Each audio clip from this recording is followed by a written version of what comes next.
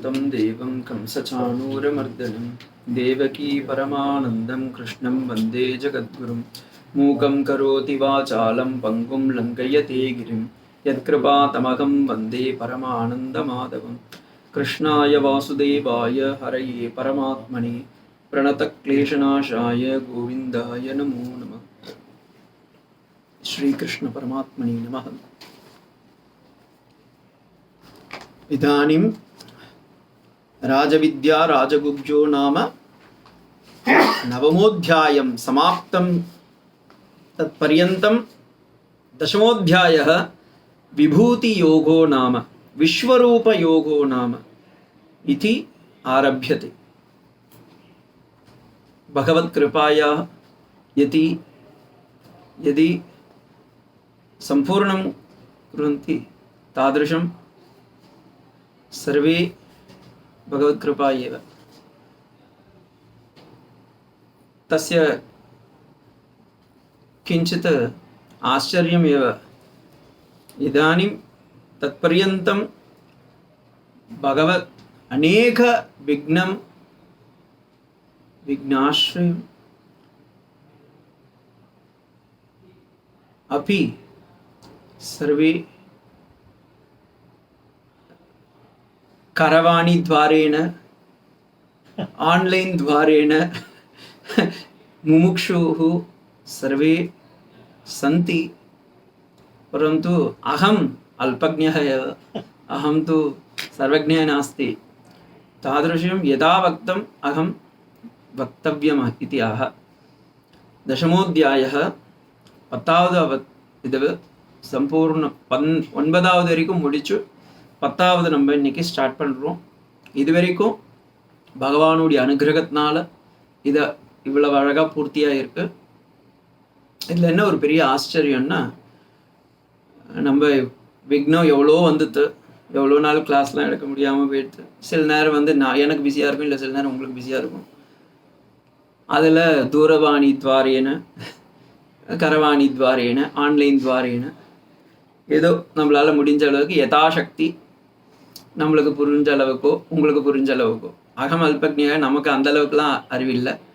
ஆனால் இதை ஒரு சாதனமாக வச்சுட்டு இது துவாரமாக நம்ம ஒரு பிரயத்தனை பண்ணுறோம், அவ்வளோதான். ஸோ அதுக்கு பகவான்கிட்ட வேண்டின்ட்டு 10வது அவதாரத்தை 10வது அத்தியாயத்தை ஸ்டார்ட் பண்ணலாம். 10வது அத்தியாயத்துக்கு தசமோத்தியாய ஜோகுக்காக சொல்லுவாங்க. புது மாப்பிள்ளை வந்தா தசமோத்கிராகன்னுவாங்க. இருக்கிறது 9 கோள்ல இதில் 10வது கிரகமாக இருக்கிறது தான் புது மாப்பிள்ளை அப்படின்வாங்க.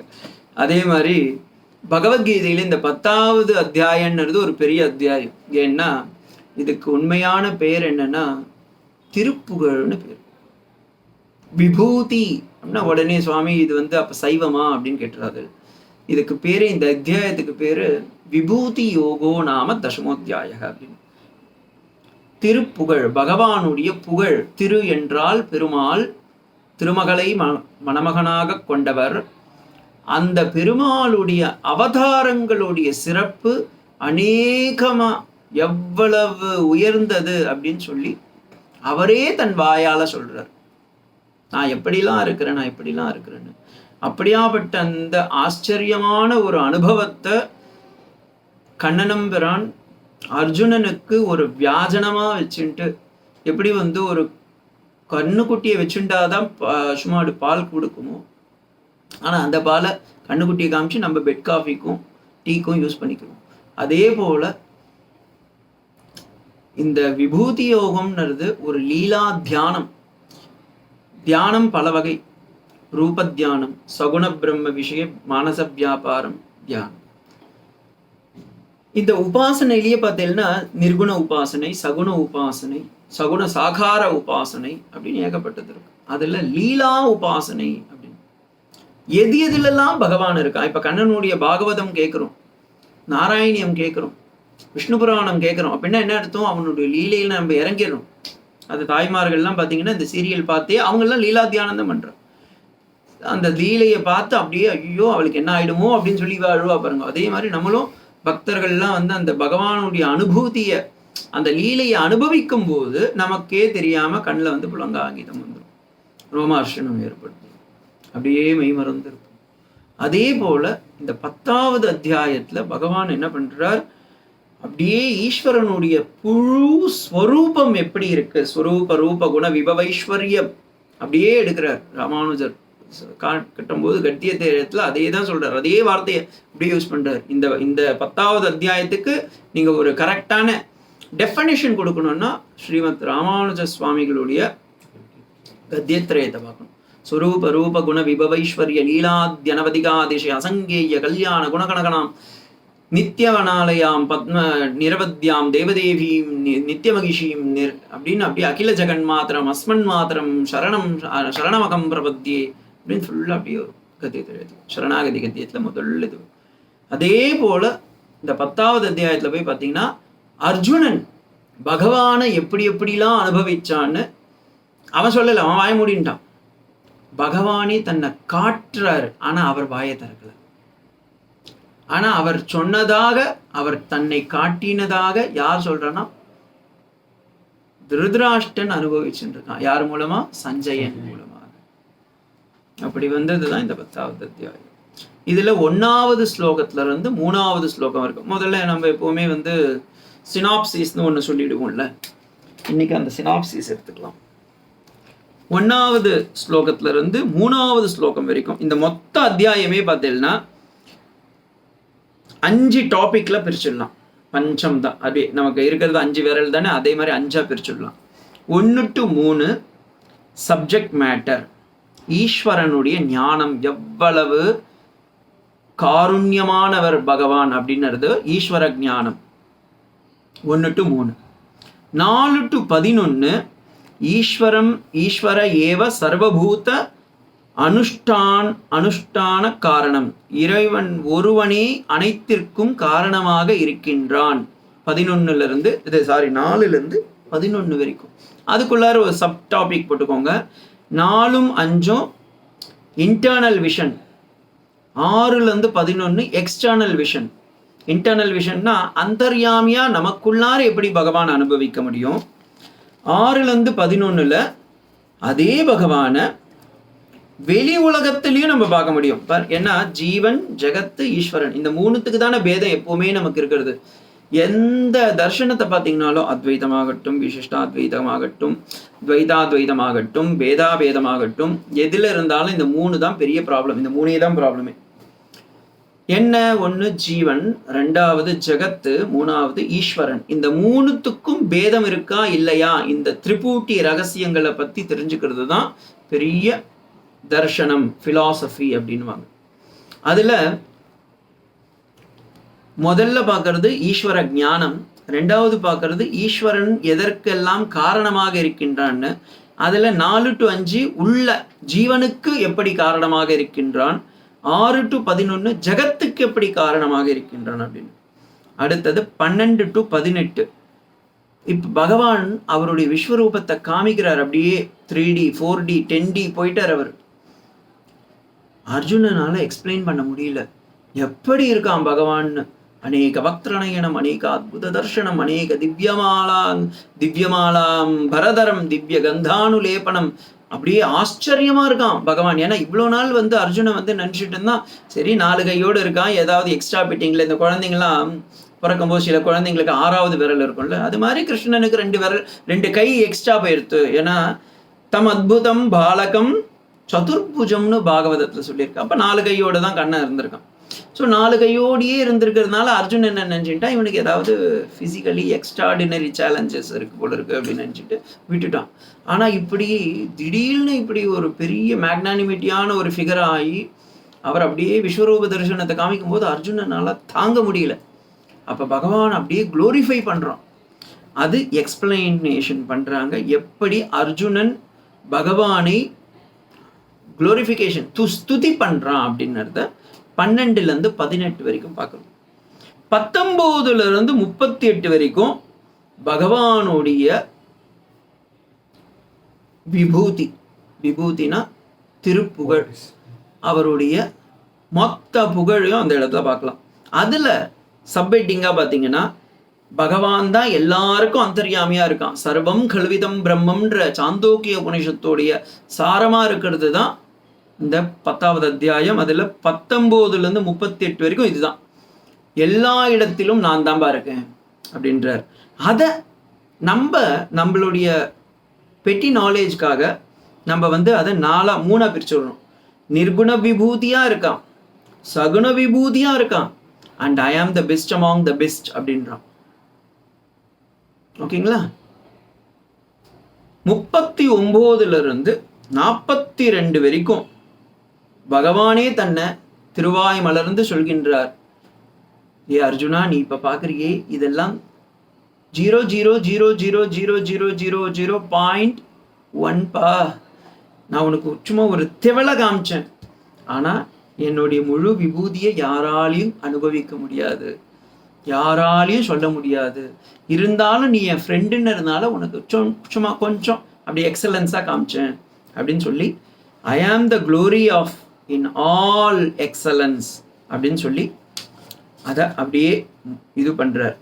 இதை பார்த்த பிறகு அர்ஜுனனுக்கு ஒரு கேள்வி வரும். இவ்வளவு அற்புதம் நிறைந்த உன்னை நான் பார்க்கறதுக்கு நான் எவ்வளவு கொடுத்து வச்சிருக்கணும் கண்ணா. அப்ப நான் உண்மையான பக்தனா இருந்தேன்னா உன்னை இன்னமும் நான் நிறைய அனுபவிக்க முடியுமே அப்படின்னு அர்ஜுனனுக்கு மனசுல ஒரு கேள்வி வருது. அந்த கேள்விக்கு பதிலாக 12வது அத்தியாயம் வருது, 11வது அத்தியாயம் வருது. ஓகேங்களா? அப்படியே அடுத்த இதுக்கு போகுது. ஆனா இந்த 10வது அத்தியாயம் ரொம்ப ரொம்ப அற்புதமான ஒரு அத்தியாயம்.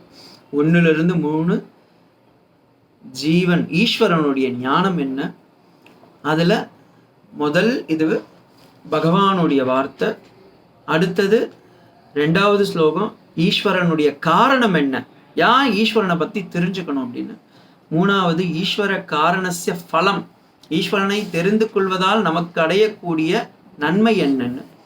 4 to 11 வரைக்கும் 2ஆ பிரிச்சுக்கிறோம். 4 to 5 அந்தர்யாமியா இருக்கக்கூடிய பகவானுடைய விஷனுக்கு என்ன சொல்வீங்க, அந்தர்யாமியா அவனை உள்நோக்கி எப்படி பார்ப்பது என்றும், 6 to 11 வரைக்கும் அவனை வெளிநோக்கி எப்படி நாம் பார்க்க முடியும் என்றும், 12 to 18 வரைக்கும் பகவானுடைய குளோரிஃபிகேஷனை பத்தி அர்ஜுனன் அப்படியே ஆச்சரியப்படுறான், எக்ஸ்கிளமேஷன்லயே தான் கொடுக்குறான். யோப்பா பகவானே, அந்த கோர பல்லு, அந்த நாக்கு அப்படியே இவன் யுதிஷ்டன் எல்லாரையும் நாக்கில் சூர்ணிதாம் உத்தமாங்கை. இப்போ நம்ம ஏதாவது சாப்பிடும்போது கொஞ்சம் ஏதாவது சாப்பிட்டுன்னு இருக்கும்போது பலகார பக்ஷன்லாம் ஏதாவது கொஞ்சம் வாய்க்கு வெளியே வந்துடும். நம்ம என்ன பண்ணுவோம், நாக்கால அப்படி எடுத்து போட்டு உள்ளர சாப்பிடுவோம்ல, அது மாதிரி சூர்ணிதாம் உத்தமாங்கை. அவர் என்ன பண்றார், ஜீவா இந்த உலகத்துல இருக்கிறவங்க எல்லாம் அப்படியே எடுத்து வாயில போட்டுக்கிறார். அப்படி போடும்போது அந்த ஜீவ ஜகத்துங்க யாருன்னா வலி தாங்காம கீழே விழுறாருல, அவர் நாக்கால எடுத்து அப்படி உள்ளார தள்ளி கடிச்சு முழுங்கி சாப்பிட்றாரு. அந்த மாதிரியான ஒரு தரிசனம் கோரமா தான் இருக்கும். ஆனா பகவான் எல்லா இடத்துலயும் இருக்கார். அவனே தான் சிருஷ்டி, அவனே தான் ஸ்திதி, அவனே தான் லயம், அவன் தான் திரோதாரணம். அந்த பஞ்சகிருத்திய பராயணா, எல்லா தொழிலும் அவங்கிட்டயே இருக்கு அப்படின்றத காமிக்கிற இடம். கொஞ்சம் கஷ்டமாகவும் இருக்கும், கொஞ்சம் பயமாகவும் இருக்கும். கவலைப்படாது, நான்லாம் 3D போட மாட்டேன், கண்ணில் வேணா மூடின்னு தியானம் பண்ணலாம். ஆனா இந்த இடத்துல ஒரு பெரிய இது என்னன்னா, 19 to 38வது ஸ்லோகம் வரைக்கும் பகவானை ஸ்துதி பண்ணறது எப்படி. ஏன்னா இந்த இடத்துல பெரிய இது என்னன்னா, நம்ம எப்படி பகவானை வணங்குறதுன்னு இது வரைக்கும் நமக்கு தெரியலல்ல. நம்ம ஏதோ நாராயணா கிருஷ்ணா கோவிந்தான்னு சொல்லிட்டு இருக்கோம் வார்த்தைக்கு. ஆனா அர்ஜுனன் பயத்துல பீதியில அப்படியே பகவானை ஸ்துதிக்கிறான். அதெல்லாம் வரப்போகுது, அதெல்லாம் நம்ம காப்பி அடிச்சுக்கலாம். நம்ம எப்படின்னா ஏதாவது பயம் வந்ததுன்னா இந்த ஸ்துதி எல்லாம் பண்ணிக்கலாம். இது நான் சொல்ல, எனக்கு சொல்லி கொடுத்தாங்க. இந்த ஸ்லோகத்தெல்லாம் நம்ம பைகாட் பண்ணிட்டா ஈஸி. நம்மளும் ஏதாவது பிரச்சனை வரும்போது இதெல்லாம் சொல்லிட்டோன்னா தப்பிக்க முடியும் அப்படின்பா. 39 to 42 வரைக்கும் கன்க்ளூஷன். பகவானே சொல்றார், நான் எல்லா இடத்துலயும் இருக்கேன்டா அர்ஜுனா, நீ என்னை ஒரே ஒரு இடத்துல தான் புரிஞ்சுட்ட. இது ஒரு சின்ன திவலை தான் நான் காமிச்சேன் உனக்கு, நான் இன்னும் ஃபுல் ஃபார்ம் காமிக்கல அப்படின்றார். ஃபுல் ஃபார்ம் காமிக்காத போதே இந்த நிலைமையில இருக்காரு அர்ஜுன். அப்படியே தூத்தி உக்காந்துருவான். அப்ப நம்மளாம் என்ன ஆகும்னு பார்த்துக்குவோம். ஸோ பகவான் அவ்வளவு அற்புதமான அந்த தரிசனத்தை சொல்ல வர்றது இந்த 10வது அத்தியாயம். இந்த 10வது அத்தியாயத்துக்கு ஸ்ரீதர சுவாமி ஒரு அவதரிக்க வைக்கிறார். அந்த அவதரிக்கத்தில் சொல்றார், உக்த சங்கோ அசங்கேபத பூர்வம் சப்தமாதோ விபூதயः தசமேதா விதன்யந்தே சர்வத் க்ஷேத்ரஸ்ய திருஷ்யதே. The glorification of Lord as explained so far in the previous chapters. Now the 10th chapter is going to explain the God in everything with a vision. புரியுதுங்களா? கடவுளை இது வரைக்கும் நம்ம தியரிட்டிக்கலாக பார்த்தோம். ஏன்னா இது வரைக்கும் பகவான் சொல்லி சொல்லி சொல்லி காமிச்சார். நம்ம ஊர்லேயே பாருங்கள், சுவாமி நான் சுவாமி அப்படின்னு சொன்னால், சுவாமி நீங்கள் எந்த ராஜா மகாராஜா சொல்கிறீங்களே, எந்த ஊருக்கு ராஜா அப்படின்னு கேட்குறோம். சரி நான் சுவாமி அப்படின்னா, சுவாமின்னா நீங்கள் யார் அப்படின்னு கேட்குறோம்.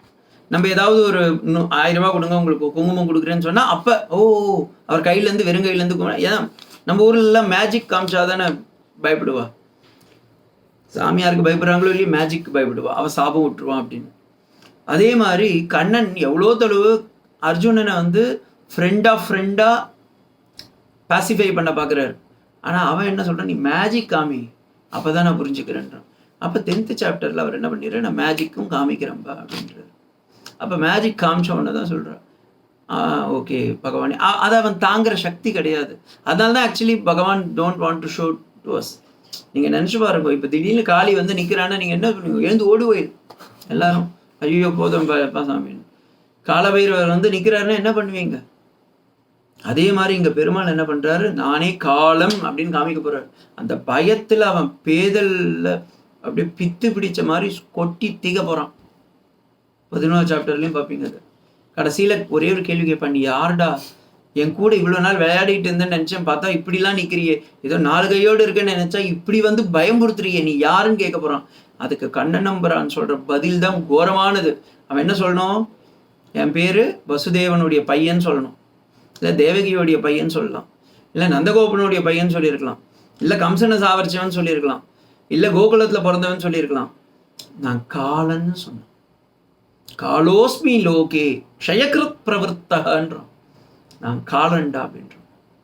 நம்ம புரிஞ்சுக்கோங்க, பகவான் எந்த மாதிரி உச்சகட்டத்தில் போய் நிற்கிறாரு. அப்படியாப்பட்ட ஒரு திவ்யமான இடம் இந்த இடம். இதை மேற்கொண்டு நம்ம பின்னாடி இதில் அனுபவிப்போம். இப்படி அவர் அனுபவிக்க ஆரம்பிச்சுட்டார். ஓம் சாந்தி சாந்தி சாந்தி. ஹரி ஓம் தத்சத். ஸ்ரீராமகிருஷ்ணார்ப்பணமஸ்து.